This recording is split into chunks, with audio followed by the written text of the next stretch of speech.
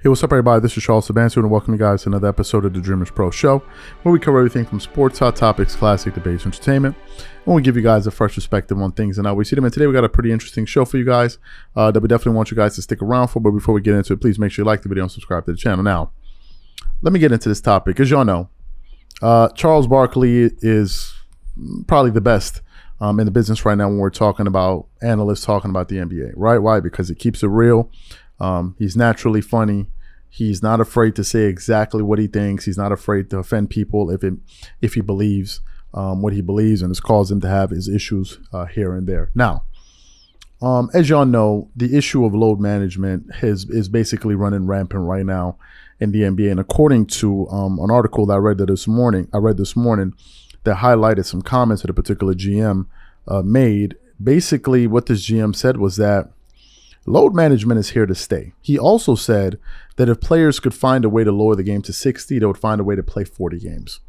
He said he believes load management is here to stay, and he thinks that it's something that us as fans have to just start getting used to. And he doesn't feel like load management is going to go away anytime soon. Now, this weekend we produced a show on Saturday that highlighted the absolute disgust that Rob Parker has with the NBA in terms of load management. And Rob Parker, in this particular video, proposed the idea of the NBA refunding fans if they pay money to go to these games, and a lot of star players are sitting when they're perfectly healthy, and you're just making them sit out games for precautionary measures or rest. He said if that's what you're going to be doing, and people are going to be coughing up $300, $400, $500 to go to these games, if I don't see the star that I want to see, give me back my money.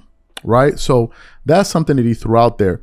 And then this morning, while doing some research, I came across a clip featuring Charles Barkley. Was talking to Ernie from the show NBA on TNT.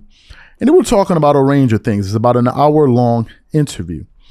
But then it got to the part where Charles Barkley took it upon himself, because he was basically asking him, in this case, Ernie, hey, what are your thoughts? Just like, tell us what you're thinking about on a range of things. And he took it upon himself to basically go after players who are making an exorbitant amount of dollars and that are finding ways to basically not play basketball games. But before we get into his comments, this video is brought to you by our sponsor, Aura, who's also the official sponsor of the T-Wolves. Do you know what the fastest growing crime in America is today? It's identity theft. Imagine trying to log into your email only to see that your password has been changed. Then you start getting weird notifications from your bank and credit cards, only to find out that all of your personal and sensitive information has been totally compromised. If you think it can happen to you and your family, just know that in 2020, over 49 million Americans were victims to identity theft, costing them a combined $56 billion. That is why we are excited to partner with Aura, who's a sponsor of this video. Aura is the #1 identity theft and financial fraud protection. Aura monitors the dark web and alerts you if any of your passwords and accounts have been breached. And funny enough, after using Aura, I discovered some of my credentials were floating around in the dark web, and the app showed me exactly when and where the breach happened. In addition, Aura allows you to set spending alerts, and they'll notify you of any suspicious transactions. Aura is 4 times faster than any of its competitors in alerting you if someone is trying to open a credit card or obtain a loan using your name. And remember this, every 14 seconds, someone becomes a victim of identity fraud. Don't let it happen to you. Now click the link in the description and try Aura for free for 2 weeks and see if any of you or your family's personal information has been compromised. Start your free trial at aura.com/dreamerspro. And when you try Aura, by using the link in the description below, also know that you're supporting this channel. Thank you. So what we want to do is we want to play exactly what Charles Barkley had to say in its entirety, and then we're going to come back and unpack this thing. Take a listen to what. You know, basketball means a lot to me. I was too stupid to do anything else. I didn't know what it's like to have a real job.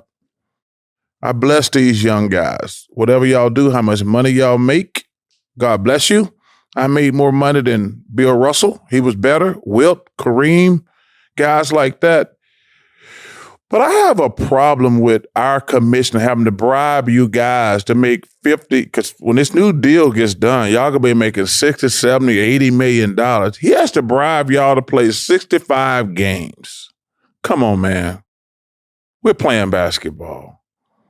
We're not teachers. We're not firemen. We're not policemen. We're not in the armed service. We don't work at the steel mill. For Adam, and I like Adam a lot, for him have to bribe guys making 10, 20, 30, 40, $50 million a year to say you got to play 65 basketball. First of all, it should be at least 70, in my opinion. And this is to qualify for regular season awards. And you know, guys play 75% of the games, 65 games. And you know, guys gonna play 65 games now. That's gonna be their regular season. And I just think, but it's not all on the player. Yeah. No, it's not all on the player. Listen, we're in a time, Chuckster, where the medical staff, everybody is always weighing in. They're saying, no, he shouldn't play. No, there's a lot of that going on too. So when Bill Russell, Kareem, I know. When those guys played 82 games, I'm just saying. I know, but I'm just warning you that you're about to step on the lawn and say, get off. I am. That's what I'm going to do.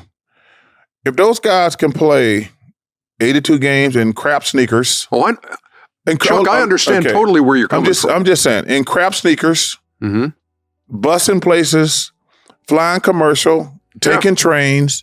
And still lacing them up every night. Didn't have great medical stuff we have today. I just think these guys are so lucky and blessed, and bless them. I was blessed too. But to make the kind of money they make today, to have to bribe them to win play 65 out of 82 games. Come on, man. I just have a problem with that. So I'm with you. But I also just don't think it's all a player problem. Well, I think a lot of guys would like to play more if medical staffs were not saying, no, he can't. He needs his rest. He can't play this. I think there's too much of that going on. Yeah, okay. We'll agree on that. So you heard what Charles Barkley had to say there. Now, here are my thoughts on this, and they're very simple. I'm not going to take too much of your time. What Charles Barkley is referring to is the optics of all of this. If you're looking at this from a PR perspective and from the optics, it looks very bad. Why? Because the majority of people that patronize the NBA product are not multimillionaires. The majority, just by the numbers. These are regular people who work regular jobs. Some are richer, some a little poor, but these are by and large regular people who work very hard. They spend their money to go to these games. Sometimes they bring their family. Sometimes they pay for season tickets, et cetera, et cetera. And they're going to these games to watch these games, to patronize this product. And all too often, they find themselves in an arena, hyped up for a game, and watching the star players who are perfectly healthy resting on the bench due to load management. I even read a comment from one of our viewers. I think the guy said he flew in from New Zealand to go watch, was it a Mavericks game? And Luka didn't play that game. This guy flew from New Zealand. So you're talking about someone that spent thousands of dollars on plane tickets, food, transportation, the NBA tickets, going to the arena, all of these things to go see a basketball game, and the guy doesn't play. And I think that what Charles Barkley ultimately is doing is he's speaking from the perspective of the fans. And you know what? To this very day, I just cannot understand how we are actively discounting the sentiment of the paying customer. I don't get it. I think there's a few things at play here if we sit down and try to think about this critically. One of the things that's at play here is an elitist mindset. That's one aspect where it's like you can hear a guy say, yeah, but that happens tough. Like, you should be happy to see us play. That's an elitist mindset. Like, shut up. You should be happy to come and see us play basketball. Shut up. Even though you're the ones responsible for our salary, shut up. Like, shut up and just enjoy us play basketball. Just shut up. That's an elitist mindset. Looking down on the very people that make you your money. It's incredible. There's one aspect of that. There's another aspect to it where you have some fans that are ironically arguing against their own interest. You have fans saying, well, you got to understand this, you got to understand that. I'm like, but hold up. The joke's on you. You're the one paying. And you're justifying reasons for giving away your money for something you're not receiving? I don't understand that. But there's some fans that are legitimately out there trying to make an argument. And then, of course, you have the few knuckleheads that are trying to make it a race argument. Oh, always counting black. These are the people that don't matter. These are the people that absolutely don't matter.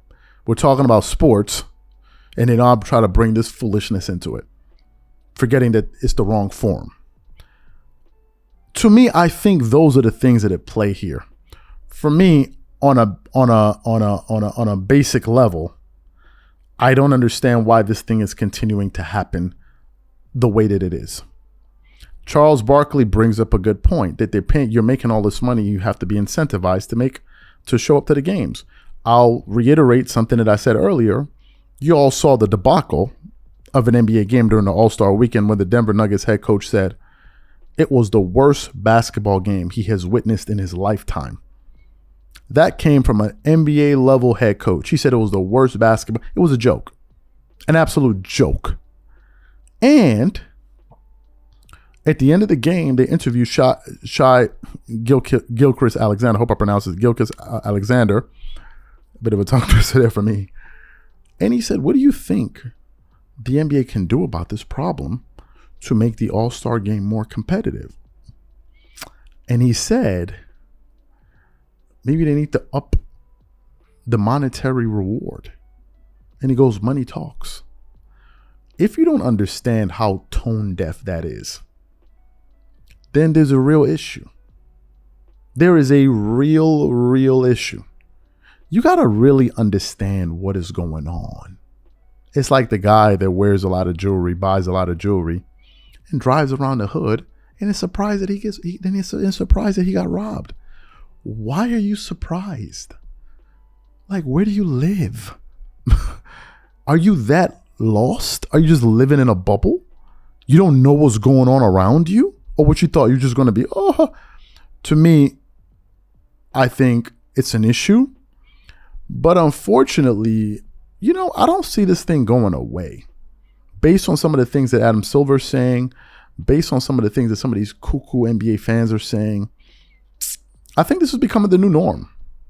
It's a sad one, but you have a lot of fans advocating for it. Some people are really fans, like for real. They care more about the athletes they support than the hard work that went into their money, that they went into making the money to go give them this money. It's almost like idolatry. It's like you're just worshiping these guys. Some people are into a total trance.